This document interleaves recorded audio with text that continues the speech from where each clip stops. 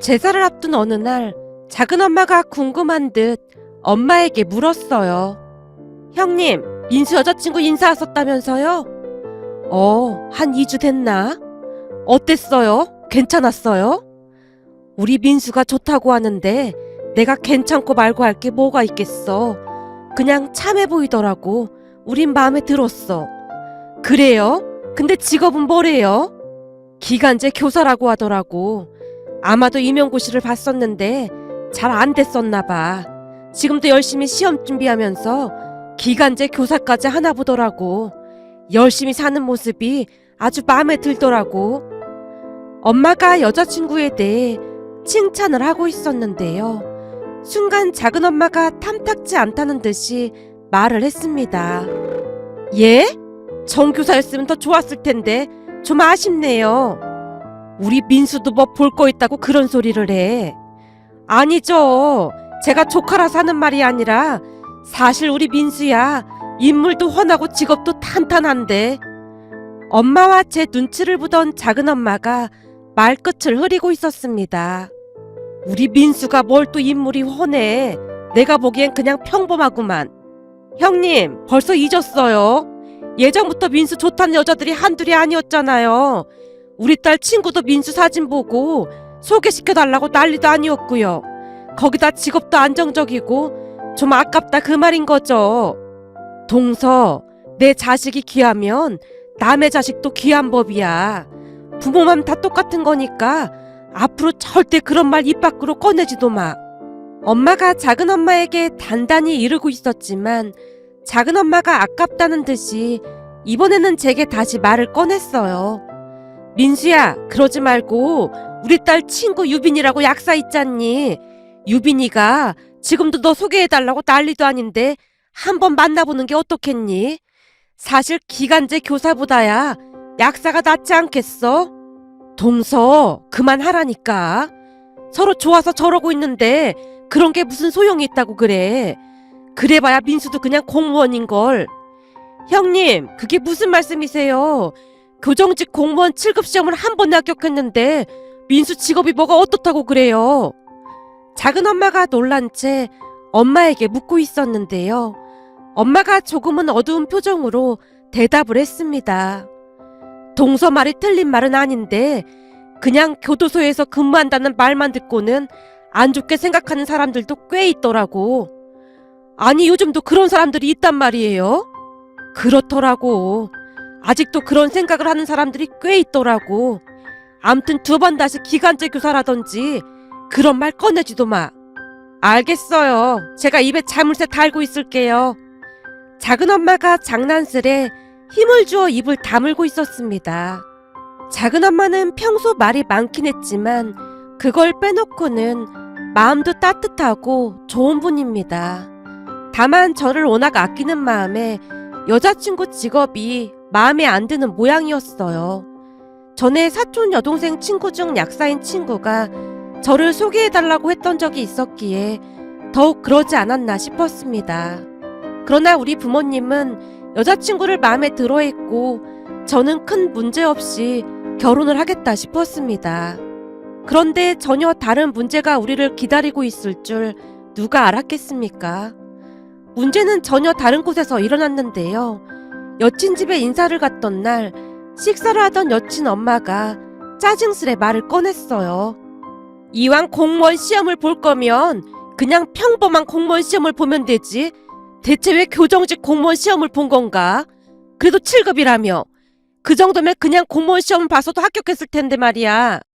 이 사람아, 그거야 일반 공무원 시험이 훨씬 어려우니까 그런 거겠지. 그런 걸 뭐하러 물어보고 그래? 제가 대답을 하기도 전에 여친 아버지가 거들고 있었기에 미처 대꾸도 하지 못한 채 눈치만 보고 있었는데요. 여친 엄마가 다시 입을 열었습니다. 이게 참 난감하게 생겼다 그 말이야. 생각해보게. 사람들이 예비 사이가 뭐하는 사람이냐고 계속 물어볼 텐데 교도소에서 일한다고 어떻게 말을 하겠나? 엄마, 민수씨도 엄연한 공무원인데 무슨 그런 말을 해. 그리고 정확히 말하면 7급은 교육관이거든? 교육관이나 교도관이나 그게 그거지 뭐가 달라. 그럼 교육관은 시청에서 근무하냐? 아니잖아. 교도소에서 근무하는 건 매 한 가지잖아. 내가 얼마 전에 네 이모한테 말을 꺼냈더니 소스라치게 놀라더라. 이게 현실이야 이거사. 여친 엄마가 답답하다는 듯이 힘을 주어 말을 하고 있었고 가만히 듣고만 있던 여친 아버지가 맞장구를 쳤습니다. 그렇지. 네 엄마 말이 아주 틀린 말은 아니지. 사실 사이가 교도관이라고 하면 어디 가서 말하기가 좀 그렇긴 하지. 거기다 만약 네가 임용고시 합격이라도 하면 그때는 차이가 나도 너무 날 거고 말이야. 두 분의 말에 여친의 얼굴이 사색이 되어 있었는데요. 여친이 제 눈치를 보며 두 분을 나무라고 있었습니다. 내가 지금 임용고시 본 지가 몇 년째인 줄 알기나 해? 지금까지 합격 못한 거면 안 되는 거야. 그치만 아까워서 매년 보고 있는 거고. 내가 얼마 전에 점 보고 왔는데 네가 곧 합격할 거라고 했단 말이야. 그럼 네가 너무 아깝다 그 말인 거지. 여친 엄마의 눈빛은 차갑기 그지없었습니다. 그날 여친 집에서 식사를 하는 내내 밥이 입으로 들어가는지 코로 들어가는지 모를 정도였습니다. 여친 집을 나서서 홀로 집으로 돌아가는데 왠지 모르게 씁쓸한 생각이 들어 마치 가슴에 돌덩이를 올려놓은 것 마냥 답답하기만 했으니까요. 지금 생각해보면 그런 대우를 받고도 결혼을 결심한 제가 한심하기만 했답니다. 만약 그렇지 않았다면 아무 잘못도 없는 부모님이 큰 수모를 겪지는 않았을 테니까요. 그렇게 시간이 얼마나 지났을까요? 얼마 뒤 우리는 상견례를 하게 되었는데요. 그곳에서 사달이 나도 단단히 나고야 말았습니다. 우선은 우리 부모님을 마주하고 있던 여친 부모님의 얼굴이 말이 아니었는데요. 시종일관 잔뜩 인상을 쓴 채 짜증을 내고 있었으니까요. 여친 엄마가 먼저 입을 열었습니다. 사실 예비 사이가 교도관이라는 말을 듣고 얼마나 놀랐는지 모르겠습니다. 이 교도관이라는 직업 자체가 썩 좋은 직업은 아니잖아요. 제가 주변에 예비 사이가 교도관이라는 말을 하자마자 다들 놀라고 난리도 아니더라고요. 교정직 공무원도 같은 공무원인데 창피할 것까지는 없을 것 같습니다만 엄마가 최대한 정중한 목소리로 대답을 했는데요. 그거야 그쪽 생각인 거고요. 열이면 열, 다 같은 생각이더라고요. 다 같은 생각이라는 게 무슨 말씀이신지요? 7급 교정직 공무원이면 어디 내놔도 창피한 직업은 아닐 텐데요. 교정직 공무원이라는 말은 그냥 잘 포장해 놓은 것 뿐이지요. 결국에는 죄수들 감시하는 교도관 아닙니까? 이왕이면 좀 더 열심히 공부해서 일반 7급 공무원 시험에 합격했으면 얼마나 좋았겠나 그런 생각이 든다 그 말인 거죠. 여친 엄마의 거침없는 말에 부모님의 얼굴이 사색이 되어갔는데요. 부모님께서 꾹 참고 있다는 게 한눈에 보일 정도였지만 두 분 다 최대한 예의를 지키기 위해 애쓰는 모습이었어요. 하지만 잠시 후 여친 아버지의 기가 막힌 말에 두 분이 이성을 잃고 말았는데요. 여친 아버지 입에서 충격적인 말이 터져나왔거든요. 비록 지금 우리 딸이 기간제 교사긴 하지만 워낙 머리가 좋은 편이라 올해라도 합격할 수 있습니다. 예, 따님이 머리 좋다는 소리는 익히 들어서 알고 있습니다. 그때까지도 아버지가 최대한 예의를 지키기 위해 노력하고 또 노력하는 모습이었습니다. 그런 부모님의 모습에 여친 부모님이 조금만 더 예의를 지켰다면 상견례는 아무 문제 없이 끝났을 텐데 안타깝게도 여친 부모님은 넘지 말아야 할 선을 넘고야 말았습니다. 술을 마시던 여친 아버지가 시뻘개진 얼굴로 다시 말을 꺼냈어요. 그래서 말인데 우리가 듣기로는 교정직 7급 시험도 한 번에 붙었다고 하던데 다시 일반 공무원 7급 시험을 보는 게 어떨까 싶은데 두 분 생각은 어떠신지요? 그러니까 우리 아들 보고 다시 공무원 시험을 보라 그 말씀이신 겁니까? 그렇죠. 두 분 다 아들이 교도관이라는 소리를 듣는 것보다야 잘 나가는 7급 공무원 소리를 듣는 게 더 좋지 않겠습니까? 한마디로 모두를 위해서 그러는 게 좋겠다 그 말입니다. 여친 아버지가 당당하게 요구를 하고 있었습니다. 그 모습에 결국 아버지가 폭발하고 말았는데요. 평소 화가 나면 더욱 이성적으로 변하는 아버지였기에 그날도 아버지가 최대한 감정을 억누른 채 대답을 했습니다. 지금 두 분이 우리 아들 직업을 비하해서 말씀하시는데 저는 도무지 이해를 할 수가 없습니다. 교정직 공무원도 엄연한 공무원인데 무슨 문제가 된다고 그러시는지요? 아니죠. 말이 좋아 교정직 공무원인 거지. 사실 두 분도 어디 가서 말하게 쪽팔리지 않습니까? 저기 죄송합니다만 자리가 자리인 만큼 예의를 지켜주셔야 할 것 같습니다. 여친 아버지가 쪽팔리다는 말을 서슴없이 사용하고 있었기에 아버지가 단호한 표정으로 말을 했는데요. 그 모습에 기분이 상했던 것인지 여친 아버지가 오히려 역정을 냈습니다. 제가 뭐 틀린 말 했습니까? 쪽팔린 걸 쪽팔리다고 하는 게 뭐가 잘못됐다는 겁니까?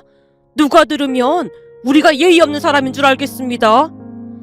제가 진짜 치사해서 이런 말씀 안 드리려고 했는데 그러는 따님이야말로 정식 교사도 아니고 기간제 교사 아닙니까? 엄마가 놀란 채 급히 아버지 손을 잡고 말리고 있었는데요. 여친 아버지의 눈썹이 위아래로 오르내리더니만 아버지에게 버럭한 채 소리쳤어요. 아까도 말했듯이 우리 딸이 운이 안 좋아서 시험에 합격을 못한 거지 운만 따르면 그까짓 임용시험 붙는 거 일도 아닙니다. 어디 교도관 따위랑 선생님을 비교하는 겁니까? 옛말에 선생님 그림자도 밟지 말라는 말도 있지 않습니까? 도저히 들어줄 수가 없네요. 대체 양심이 있는 겁니까? 없는 겁니까? 운이 없어서 시험에 떨어진 거라고요? 그런 식이면 세상 사는 게 아주 쉽겠네요. 아주 대단하십니다. 아버지도 지지 않고 맞받아치고 있었습니다. 뭐가 어쩌고 어째요? 그러나 그쪽이야말로 교도관 아들 둬서 아주 좋겠습니다. 그렇게 자랑스러우면 결혼식도 교도소에서 하시죠. 하객들을 거기 감옥에 있는 죄수들로 하면 아주 좋겠네요. 감히 어디서 교도관 주제에 선생인 우리 딸하고 비교하고 있어. 여친 아버지가 얼굴까지 시뻘개진 채 소리치고 있었습니다. 한마디로 상견례가 난장판이 되고 말았는데요. 결국 아버지가 먼저 자리에서 벌떡 일어난 채 말을 했어요. 내가 보니 이 결혼 물 건너간 것 같은데 그만 가자고. 난 이 결혼 절대 허락 못한다. 아이고 듣던 중 반가운 소리입니다. 우리야말로 이 결혼 결사 반대입니다. 여친 아버지가 다시 목소리를 높였고 저도 이미 마음을 정리한지라 부모님을 따라 조용히 자리에서 일어났는데요. 평생 깜빵에서 썩으면서 잘 먹고 잘 살아라. 매일같이 보는 게 그런 건데 뭐 좋은 일이 있겠어. 제 등 뒤에서 여친 아버지가 고래고래 소리를 질러댔어요. 하지만 저는 들은 척도 하지 않고 그곳을 나와버렸습니다. 그렇게 몇 시간이나 지났을까요? 여친이 제게 전화를 해서는 마구마구 화를 내기 시작했습니다. 민수씨 아버님 진짜 너무한 거 아니야? 뭐? 니네 아버지가 아니라 우리 아버지가 너무했다고? 그렇잖아. 아까는 우리 아빠가 술도 좀 마시고 그래서 속상해서 그런 건데 아버님이 굳이 그렇게까지 할 거 없었잖아. 사실 우리 아빠 말이 틀린 말도 아니고 말이야. 결국 너도 같은 생각이었다는 거네. 너도 내 직업이 창피했다는 말이구나. 그건 누구한테 물어봐도 그럴걸? 그렇잖아. 일반 7급 공무원이랑 교정직 7급 공무원은 엄연히 다른 거니까 말이야. 사실 민수씨도 자신 없으니까 교정직 공무원 시험 본 거잖아. 참 어이가 없어서 말이 안 나오네. 네가 한번 이 시험 봐볼래? 이 시험이 그렇게 만만한 줄 알아? 그러는 너는 몇 년째 임용고시 계속 떨어지고 있으면서 그런 말이 나와? 비교할 걸 비교해.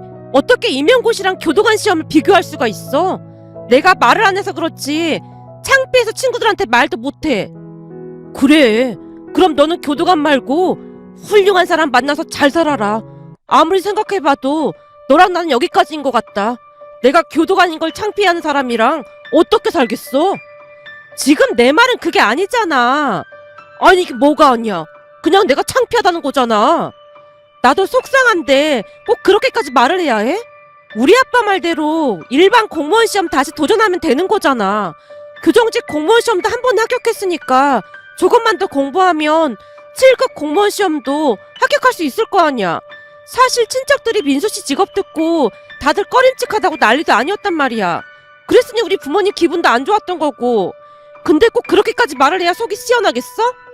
이미 결혼 엎어진 마당에 길게 말하고 싶지 않으니까 이만 끝내자. 나도 우리 부모님 생각이랑 같아. 앞으로 나보다 잘난 남자 만나서 잘 살길 바랄게. 라며 제가 전화를 끊었는데요.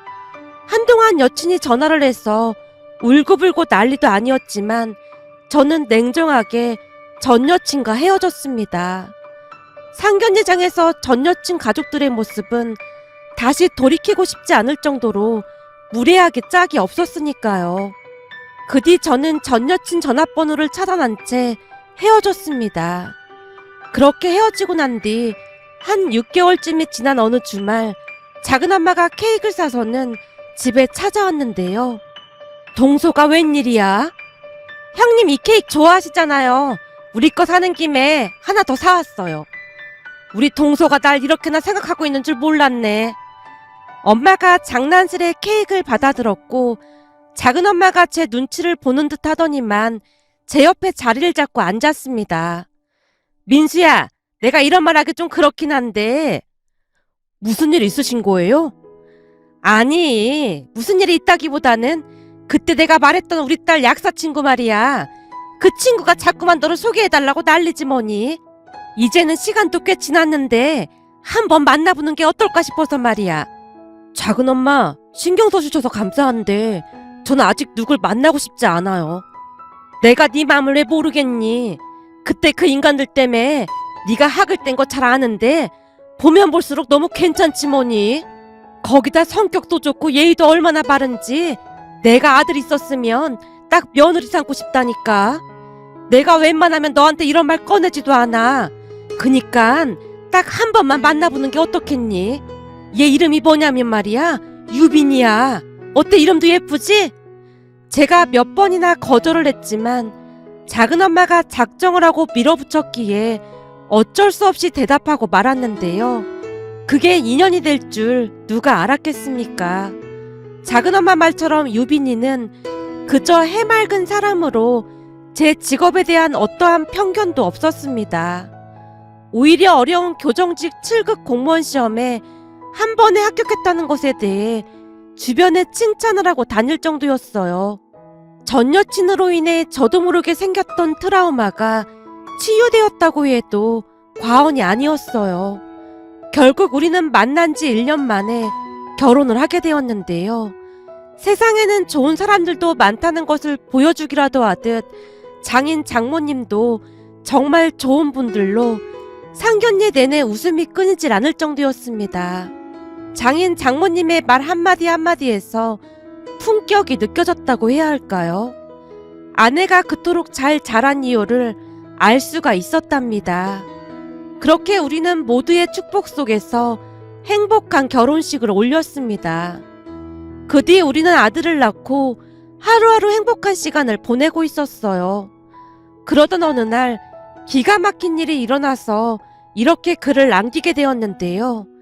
그날도 여느 날과 다름없이 근무를 하고 있었어요. 그런데 누군가 제게 먼저 말을 걸어오는 게 아니겠어요? 저기 민수 씨? 순간 누군지 확인을 하기 위해 제가 그 사람을 응시하고 있었어요. 민수 씨 여기서 근무하고 있었구나. 라는 말과 함께 잊고 있던 기억이 비로소 떠올랐는데요. 눈앞에 전 여친이 어색한 미소를 지은 채 서 있는 게 아니겠어요? 오, 잘 지냈어? 난 그냥 그렇지 뭐. 근데 민수 씨는 결혼했나 보네. 민수 씨 손가락에 결혼 반지 보고 딱 알았어. 오, 난 결혼해서 잘 지내고 있어. 나랑 헤어지고 바로 결혼했나 봐. 아내는 뭐 하는 사람이야? 아무래도 교도관이란 직업이 특이한 직업이라 여자 만나기 어려웠을 텐데 여기서 만난 사람이야? 아니, 소개로 만났는데 집사람은 작은 약국을 운영하고 있어. 뭐? 그럼 약사란 말이야? 사촌동생 친구였는데 소개로 만났어. 제 입에서 약사라는 말이 나오자마자 전 여친의 얼굴이 사색이 되어 있었는데요. 전혀 생각지 못했던 모양으로 마치 나라 잃은 표정이었다고 해야 할까요? 순간 할 말을 찾지 못한 듯 전 여친이 허둥대는 모습이었기에 이번에는 제가 먼저 입을 열었습니다. 그러는 너는 여기 어쩐 일이야? 네가 이곳에 올 이유가 없을 텐데. 제 말에 전 여친이 고개를 떨군 채 눈물까지 뚝뚝 흘리고 있었어요. 그러다가는 아주 기가 막힌 이야기를 해줬는데요. 전 여친 말에 의하면 저와 헤어지고 난 뒤 아버지의 주선으로 사업하는 남자를 만났다고 합니다. 남자는 첫 만남부터 고급 외제차를 타고 나타났다는데요. 외제차뿐만 아니라 입은 옷도 다 명품이었다네요. 한마디로 모든 게 완벽해 보이는 그런 사람이었답니다. 그 모습에 전 여친뿐만 아니라 부모님도 그 남자에게 마음을 빼앗긴 채 만난 지 5개월도 지나지 않아 결혼식을 올렸다고 했습니다. 결혼 전에 우리 아빠 차도 바꿔주고 하면서 진짜 잘했었거든. 거기다 결혼할 때 집도 있고 그 안에 혼수도 다 있다고 준비할 필요도 없다고 했고, 그래서 부모님도 엄청 좋아했었어. 근데 결혼하고 나서 3개월쯤이 지나니까 본색을 드러내더라고. 처음에는 사업 확장을 해야 한다면서 우리 부모님한테 투자를 좀 하라고 했어. 대신 투자한 돈에 대한 이자는 은행 금리 몇 배로 해서 매달 주겠다고 하면서 말이야. 그동안 부모님한테 워낙 잘해서 부모님도 의심하지 않고 돈을 줬고 말이야. 한동안 이자 명목으로 꼬박꼬박 돈을 줘서 부모님도 그냥 믿고 있었는데 몇 달 만에 또다시 큰 돈을 요구하더라고. 근데 이미 남편한테 넘어간 아버지가 두말하지 않고 아파트 담보로 대출까지 받아서 돈을 빌려줬던 모양이야. 근데 알고 보니 그동안 그게 다 사기였다고 하더라고. 그동안 여기저기 투자 명목으로 돈을 빌린 게 한두 명이 아니었다나 봐. 그럼 설마 지금 남편이 구속됐다는 거야? 그래서 여기 남편 면회 온 거고? 내가 지금 면회 올 기분이겠어? 이혼을 해야 해서 말하러 온 것 뿐이야. 지금 우리 부모님도 남편한테 사기당해서 집까지 팔고 월세 살고 있거든. 연예인도 투자했다고 하면서 같이 찍은 사진까지 보여줬었는데 알고 보니까 그 사진도 다 조작된 거였더라고. 한마디로 사기꾼한테 완전 제대로 걸린 거야. 사실 이번 일 겪으면서 민수 씨 생각 많이 났어. 내가 살아보니 민수 씨 같이 착한 사람 없더라고. 우리 부모님도 지금 이혼하겠다고 하루가 멀다 하고 다투고 난리도 아니야. 그때 아빠가 술 먹고 실수해서 민수 씨랑 헤어졌다고 말이야. 충격적인 이야기를 들으며 머리가 멍한 상태로 잠시 넋이 나가 있었는데요. 전 여친이 눈물까지 그렁그렁한 채 저를 올려다보고 있었습니다. 사람 일 모르는 일이라고 하더니만 너무나 기가 막힌 현실 앞에서 어떠한 말을 해야 할지 몰라 제가 당황한 채 서 있었어요. 그동안 마음고생이 심하긴 했던 모양으로 얼굴도 말이 아니었는데요. 몇 년 사이 같은 사람이 맞나 싶을 정도로 폭삭 늙어 있었거든요. 더 이상 엮이고 싶지 않아 제가 급히 인사를 하고는 자리를 피했는데요. 그날 전 여친의 표정이 한동안 잊혀지지가 않았습니다. 그런데 그 와중에 저는 안도의 한숨을 내쉬었다고 해야 할까요? 전 여친의 얼굴을 마주하던 순간 그때 헤어진 것에 대해 하늘이 도왔다라는 생각까지 들었으니까요.